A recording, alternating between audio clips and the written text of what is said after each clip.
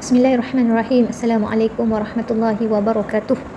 Dalam video ini bab 3 3.1 cikgu akan menerangkan tentang suhu badan.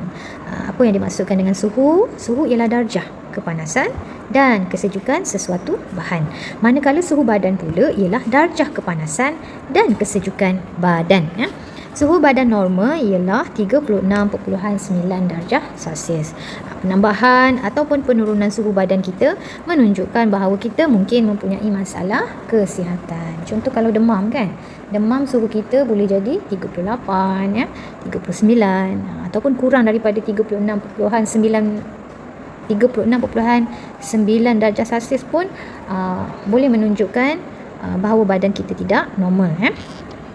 Suhu badan kita dikawal oleh bahagian hipotalamus di otak. Suhu badan ini penting bagi memastikan badan kita berfungsi dengan optimum. Optimum ni maksudnya dengan baik lah.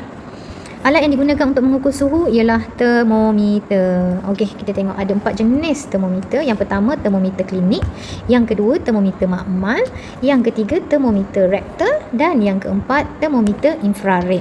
Okey, kita tengok termometer klinik dulu. Termometer klinik digunakan untuk menyukat suhu badan, menyukat suhu dalam julat 35 hingga 42 darjah Celsius. Dapat menyukat suhu dengan kejituan 0.1 darjah Celsius. Okey, ini termometer klinik. Okey, termometer makmal digunakan untuk menyukat suhu cecair.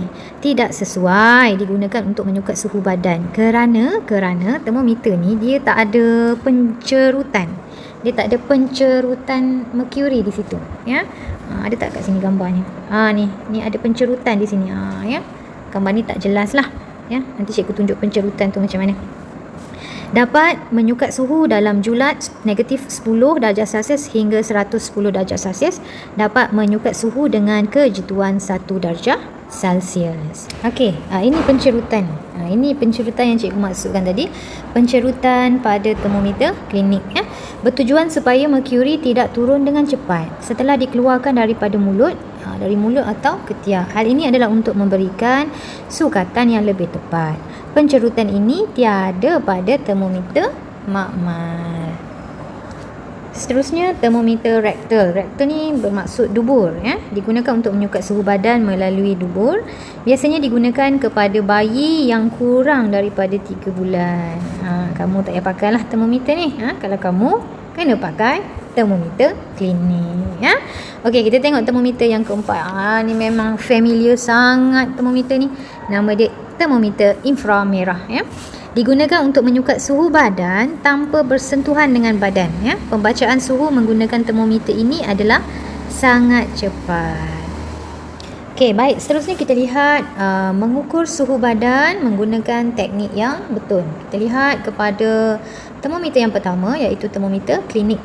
Pastikan suhu termometer berada di bawah 35 darjah Celsius sebelum digunakan.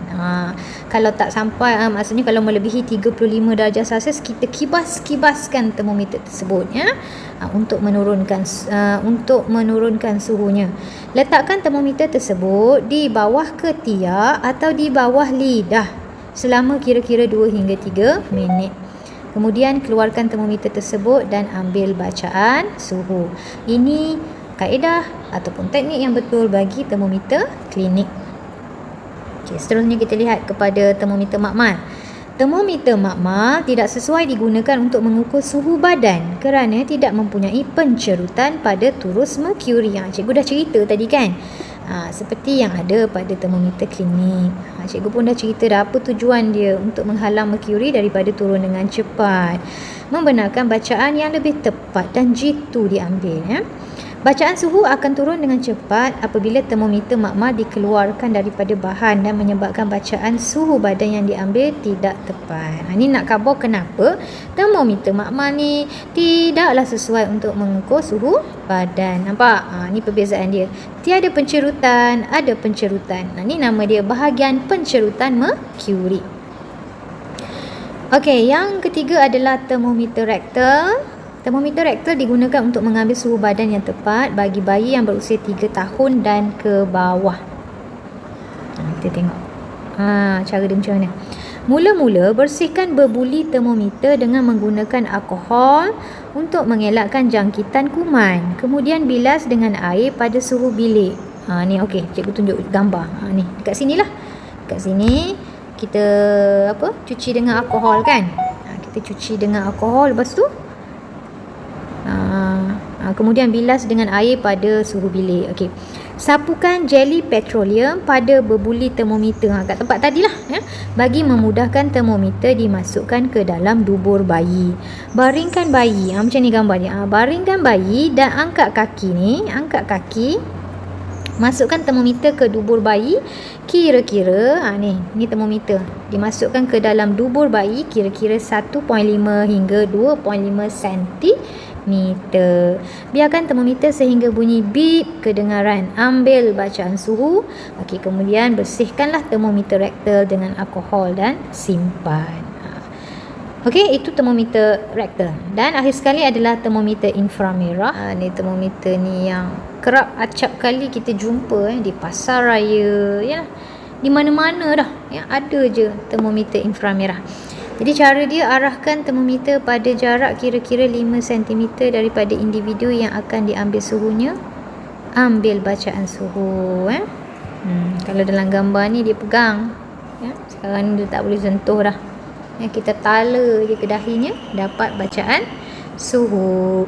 Okey, itu sahajalah dalam video kali ni. Cikgu akan sambung subtopik yang lain di video seterusnya. Sekian, terima kasih.